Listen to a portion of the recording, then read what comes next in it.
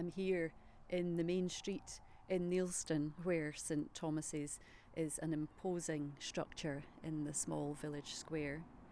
It's a lovely late summer's morning. The sky is bright blue, and a statue of Our Lady holding the baby Jesus is looking radiant in the sunlight above the church house door. St Thomas's is an 1861 Gothic-style church with a very interesting history. So I'm here to meet Father Jonathan Whitworth, the current administrator, to find out more. Let's go and have a look inside.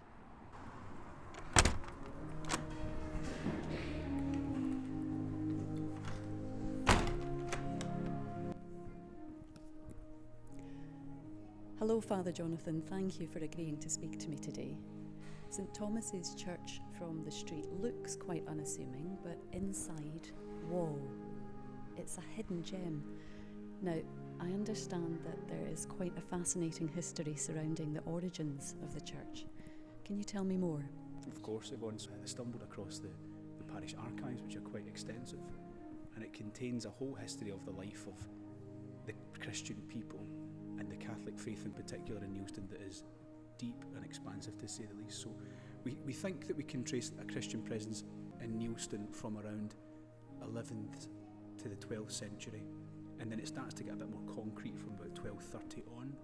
So the Benedictine monks of Paisley Abbey, they sent monks up to Neilston, and this became the centre of ecclesiastical life, really.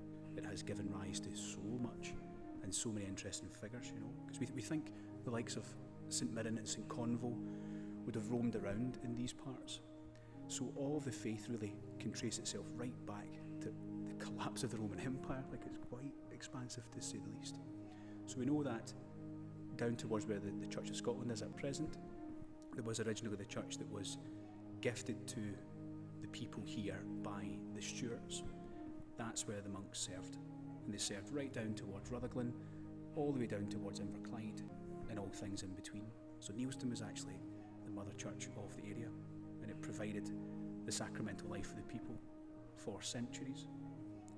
Thereafter, Reformation happens about 1560 or so, and you have the complete change in religious practice and observance. St Thomas Neilston takes up the charge later, around 1861. So that's when the parish is formed as it stands today on its present grounds just on the north side of Main Street. The church itself has links with Germany. Can you tell us a bit about that? There are. So one of the administrators of St Thomas's was Father Aloysius Riefenrath, who was a German priest who through a long and distinguished history found himself within the territory of the Archdiocese of Glasgow, which is what St Thomas and Neilston came under, and he sort of brought with him a German aristocratic flair. So all the statues that we see here, from the beautiful ones of the Sacred Heart and of Our Lady, St Patrick, St Therese, and the 5 incredible stained glass windows that are still so vibrant, he brought them with him. So it's almost Bavarian architecture was his interest, and he restyled the interior of the church, much of which we can still see today. One of the most striking original features is the stained glass windows. There are 5 in the church, and all still so vibrant. The colours, the shades of blues and reds and green and gold. Here we have one honouring all the soldiers from the village who fell in the Great War. And at the side of the altar we have a window that is particularly special. Can you tell me a bit about that? Absolutely. So the one that we have in the sanctuary itself, facing the altar to the left, is one that depicts Our Lord in priestly vestments, and it says in a Latin inscription underneath, "You are a priest forever, according to the priesthood of Melchizedek of old." Now that in and of itself wouldn't be too extraordinary, a stained glass window of the Sacred Heart, but it's the fact that it shows a monstrance just underneath Our Lord, and then at the top there is the pious pelican pecking her breast to feed her young chicks who are without food. If you take all 3 of those things together, it is a really beautiful stained glass window depicting Eucharistic theology. So you have the angels at the bottom incensing the monstrance, and you have Our Lord presiding at the liturgy above. Now, given that shines its own light onto the altar that's here and the tabernacle, behind us really does give evidence to what it's trying to catechise you. It's trying to inform you that that's actually what's taking place here and now.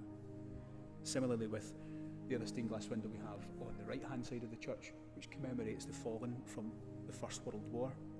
Father Aloysius kept extensive parish logbooks, and much of his correspondence was between himself and the primary school that he petitioned for and raised funds to have created.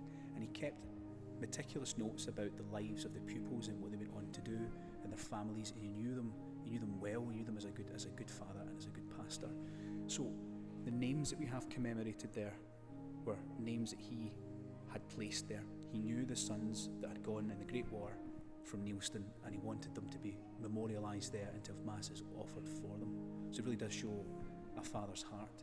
And those logbooks are really moving as the present administrator, because you do realise that the history of this parish, yes, it goes right back to the 11th century, but there are big hitters the whole way through. The faith has been preserved by men and women, flesh and blood, just like us.